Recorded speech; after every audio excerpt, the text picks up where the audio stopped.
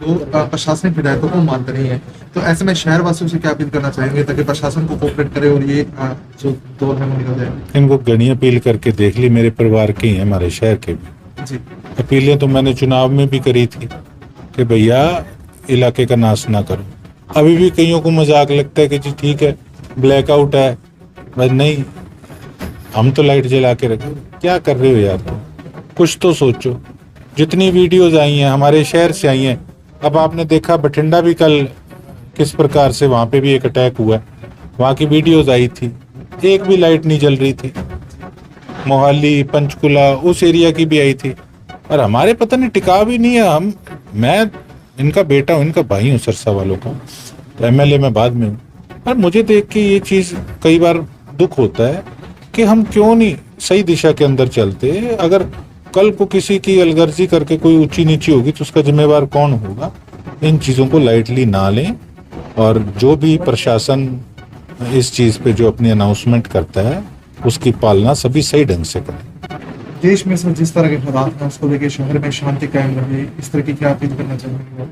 देखिए, कई बार तो देखकर दुख होता है कि इस प्रकार के कई लोग जो हैं, सिविलियंस जो हैं, बेशक वो किसी भी हमारे देश के हैं, किसी और देश के हैं, अगर शरारती तत्वों करके अगर आम जनता पे, बच्चों पे मुसीबतें दिखते आ रही हैं तो वो देख के कहीं ना कहीं दिल तो दहलता है। लेकिन हमें ये भी देखना होगा कि किस प्रकार से जब बॉम्बे बम ब्लास्ट हुए थे, अब ये पहलगाम वाला हुआ अटैक, पुलवामा वाला हुआ, तो ये जो आतंकवादियों को जो पनाह देने वाली जो एक शुरू से नीति चलती आ रही है पाकिस्तान की, तो मैं ये समझता हूँ कि कभी ना कभी तो देखो, कहते हैं ना, जब पानी सिर से टप जाए तो फिर चुप नहीं बैठ सकते।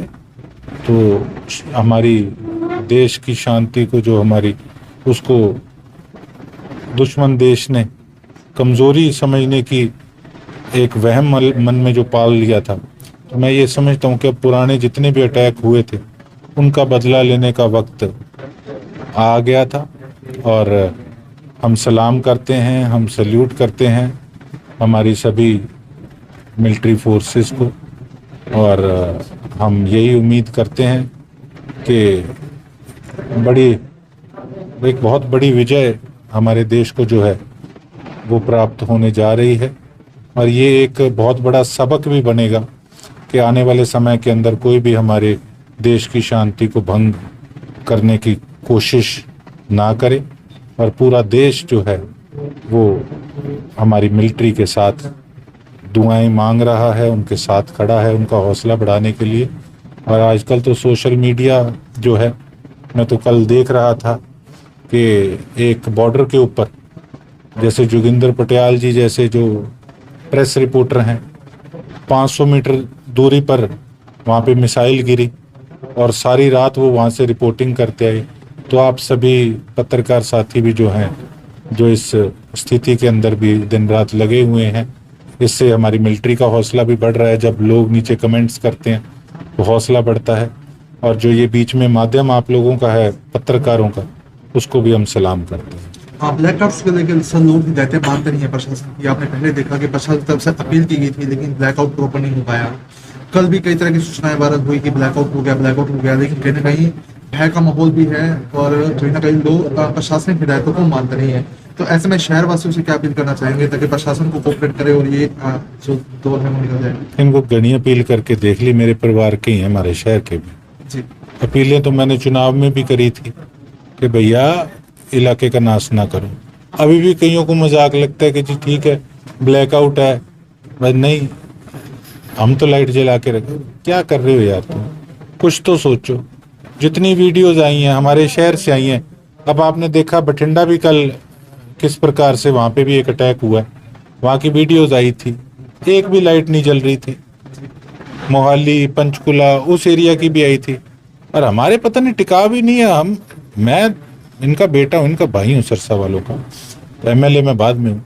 और मुझे देख के ये चीज़ कई बार दुख होता है कि हम क्यों नहीं सही दिशा के अंदर चलते। अगर कल को किसी की अलगर्जी करके कोई ऊंची नीची होगी तो उसका जिम्मेवार कौन होगा? इन चीज़ों को लाइटली ना लें, और जो भी प्रशासन इस चीज़ पे जो अपनी अनाउंसमेंट करता है उसकी पालना सभी सही ढंग से करें, ये देश हित के अंदर है।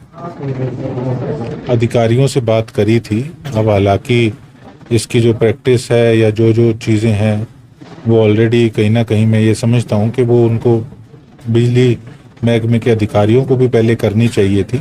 हमने अपनी तरफ से उनको हिदायत दी और मैं यही उनसे कहना चाहूँगा कि माहौल इस प्रकार का है तो अपना पूरा प्रैक्टिस अपनी कर लें कि अगर इस तरीके की कोई भगवान ना करे फिर कोई इस तरीके का अगर बनता है कि ब्लैकआउट करना है तो सही ढंग से ब्लैकआउट हो।